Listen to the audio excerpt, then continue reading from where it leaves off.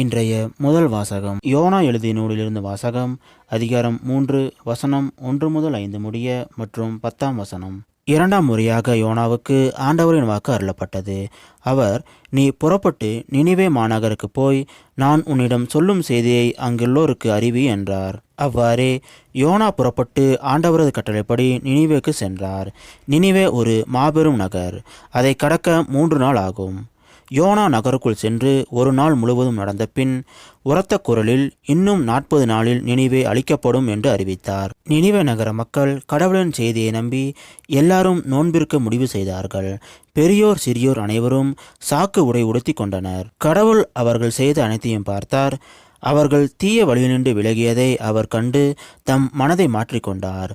தாம் அவர்கள் மீது அனுப்புவதாக சொல்லியிருந்த தண்டனையை அனுப்பவில்லை. இது ஆண்டவர் வழங்கும் அருள்வாக்கு. இறைவா உமக்கு நன்றி. இன்றைய இரண்டாம் வாசகம் திருத்தூதர் பவுல் கொரிந்தியருக்கு எழுதிய முதல் திருமுகத்திலிருந்த வாசகம். அதிகாரம் 7 வசனம் 29 முதல் 31 முடிய. அன்பர்களே, நான் சொல்வது இதுவே, இனியுள்ள காலம் குறுகியது.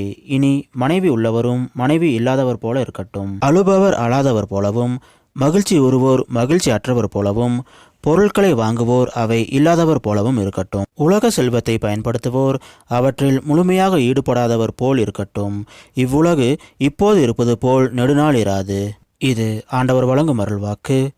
இறைவா உமக்கு நன்றி. இன்றைய நற்செய்தி புனித மாற்கு எழுதிய நற்செய்தியிலிருந்து வாசகம். அதிகாரம் 1 வசனம் 14 முதல் 20 முடிய. யோவான் கைது செய்யப்பட்ட பின் கடவுளின் நற்செய்தியை பறைசாற்றிக் கொண்டே இயேசு கலிலேயாவிற்கு வந்தார். காலம் நிறைவேறிவிட்டது, இறையாட்சி நெருங்கி வந்துவிட்டது, மனம் மாறி நற்செய்தியை நம்புங்கள் என்று அவர் கூறினார். அவர் கலிலேய கடலோரமாய் சென்றபோது சீமோனையும் அவர் சகோதரரான அந்திரேயாவையும் கண்டார்.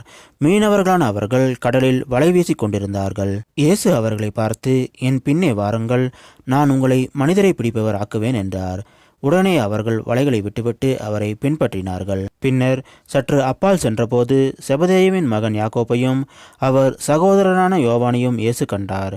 அவர்கள் படகில் வலையை பழுது பார்த்து கொண்டிருந்தார்கள். உடனே இயேசு அவர்களையும் அழைத்தார். அவர்களும் தங்கள் தந்தை செபதேயுவை கூலியாட்களோடு படகில் விட்டுவிட்டு அவர் பின் சென்றார்கள். இது கிறிஸ்து வழங்கும் நற்செய்தி. கிறிஸ்துவே உமக்கு புகழ்.